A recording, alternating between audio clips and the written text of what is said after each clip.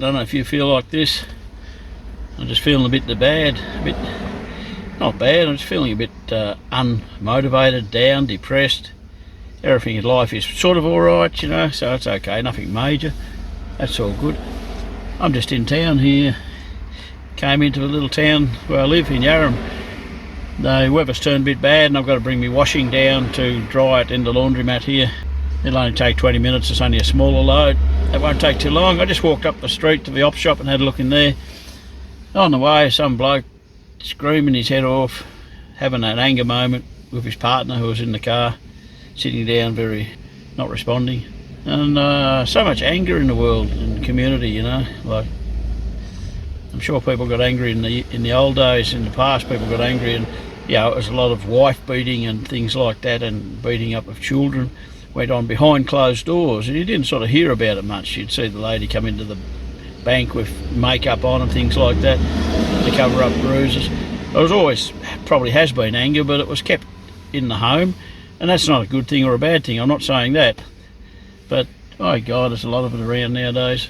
And this is a very quiet and normal, oh sorry, it's a very quiet town, probably not a normal town, but it's a very quiet, with an older population, which most people have been through life. As I hear somebody yelling up the street here, it could be just old people talking loud. I don't know.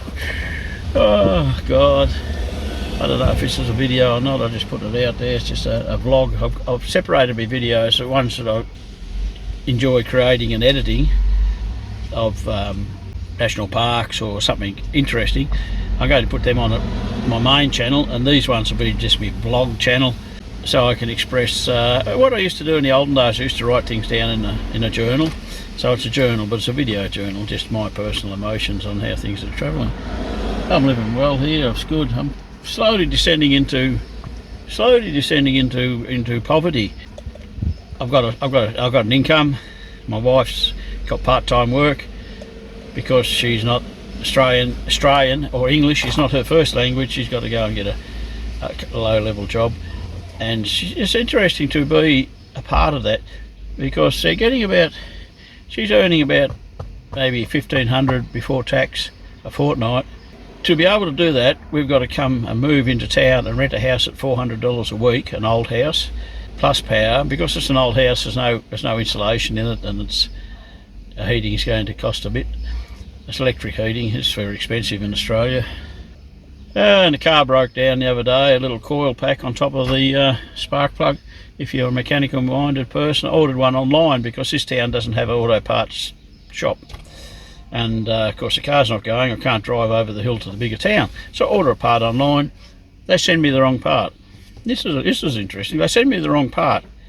They sent me a spark plug, so right, they sent me the wrong part, the coil pack. That's okay. I tell them, I say, oh sorry, we've sent you the wrong part, Joe. Send it back to us and we'll send you another one. That's great. I've got to pay $15 to send it back to them. Then they say, oh, if it isn't in original condition, we won't refund it. Now that means the packaging. Now when I got the part, yeah, it's a coil pack, looks the same. I just opened the box like you normally do. I didn't open it delicately with a scalpel or anything so I could seal it back up again.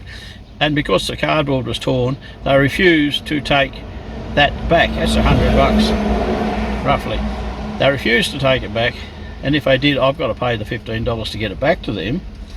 Then I've got to order another part and pay another $15 to get it sent to me. So I'm out the $100 for the part. They sent the wrong part. They won't take that back.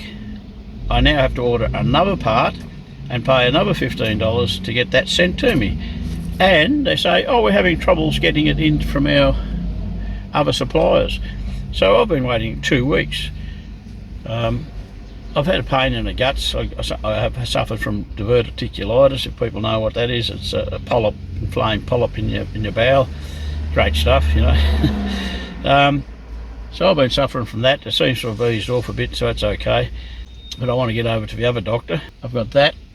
The fact that I'm basically grounded and running around the car, running on 3 cylinders, like Uncle Buck, you know. Used to turn it off when it backfire. This one doesn't backfire, but it goes up the road. So I'm waiting for the mail to come today. Maybe it'll turn up, maybe it won't. What I'm going to is the journey of slowly descending down into less and less money. Shooter's licence. Then the re-registration of the firearms comes up. $350 or something that cost me. And that is for 3 years, yes, because you can get it for 3 years. Well, as you know, when you get old, 1 year just goes tick, tick, tick, tick. So you do things in 3 years if you can, and hope you get the value out of it and don't die before it runs out. You American guys that are watching this, any of you other guys, years ago they had a mass shooting in Australia. They said, we'll solve this, we'll register all the guns and all the shooters and all that sort of stuff, you know. Most people said, oh, that sounds fair enough. I said it cost you about $1 a year per gun or something. I thought that's all right. Yeah, wasn't aware, you know, naive. Only reason people register things is so they know where they are, so they can come and take them away. That's the only reason they register things, because bad people do not register firearms. It's only the good people that register firearms. Bad people do not register their firearms. Oh, I'm going to go rob a bank. Better go and get me sawn off guns registered. No, it doesn't happen. Madness. Everybody is bad people use stolen guns. They're not registered.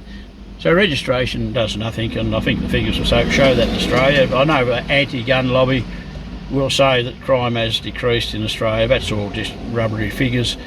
The real figures show that use of firearms in crime hasn't stopped at all. But anyway, $300 on top of everything else, on top of the price of fuel, on top of the electricity bill that I haven't got yet, and $400 a week for a shitty old grotty house with the floorboards are breaking all the time because they got white ants in them. On and on and on and on it goes. Whinging. So I'm sitting here, what's the time? Oh, I've got 3 minutes to go and I'll go get me washing. It started raining again. Anyway, I'm not living in a car. I'm very lucky I'm not living in a car. But I am so close to living in a car, and I have been in the past, so close to living in a car. And I have actually lived in a car for a little while, not a long time, but you know, a couple of weeks here and a couple of weeks there.